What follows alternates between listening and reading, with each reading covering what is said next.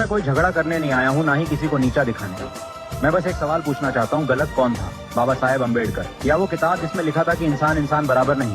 तो जरा जिस किताब में लिखा हो कि कोई नीचे पैदा होता है कोई ऊपर, जिसमें लिखा हो कि किसी को पढ़ने का हक नहीं, किसी को जीने का हक कम है, क्या वो किताब सही हो सकती है? और अगर कोई उस गलत चीज को बदलने खड़ा हो जाए तो क्या वो गलत हो जाता है? बाबा साहब ने तो सिर्फ इतना कहा था, इंसान को इंसान समझो। ना उन्होंने धर्म तोड़ा, ना संस्कृति को मिटाया। तो बस ये पूछा था, अगर भगवान ने सबको बनाया है तो किसी को छोटा क्यों माना जाता है?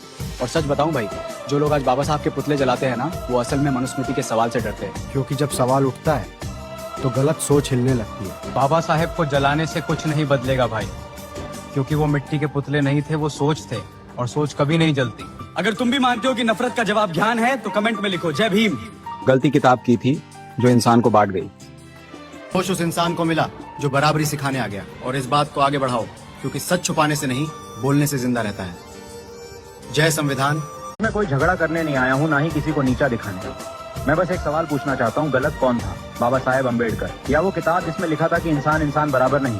तो जरा जिस किताब में लिखा हो कि कोई नीचे पैदा होता है कोई ऊपर, जिसमें लिखा हो कि किसी को पढ़ने का हक नहीं, किसी को जीने का हक कम है, क्या वो किताब सही हो सकती है? और अगर कोई उस गलत चीज को बदलने खड़ा हो जाए तो क्या वो गलत हो जाता है? बाबा साहब ने तो सिर्फ इतना कहा था, इंसान को इंसान समझो। ना उन्होंने धर्म तोड़ा, ना संस्कृति को मिटाया। तो बस ये पूछा था, अगर भगवान ने सबको बनाया है तो किसी को छोटा क्यों माना जाता है?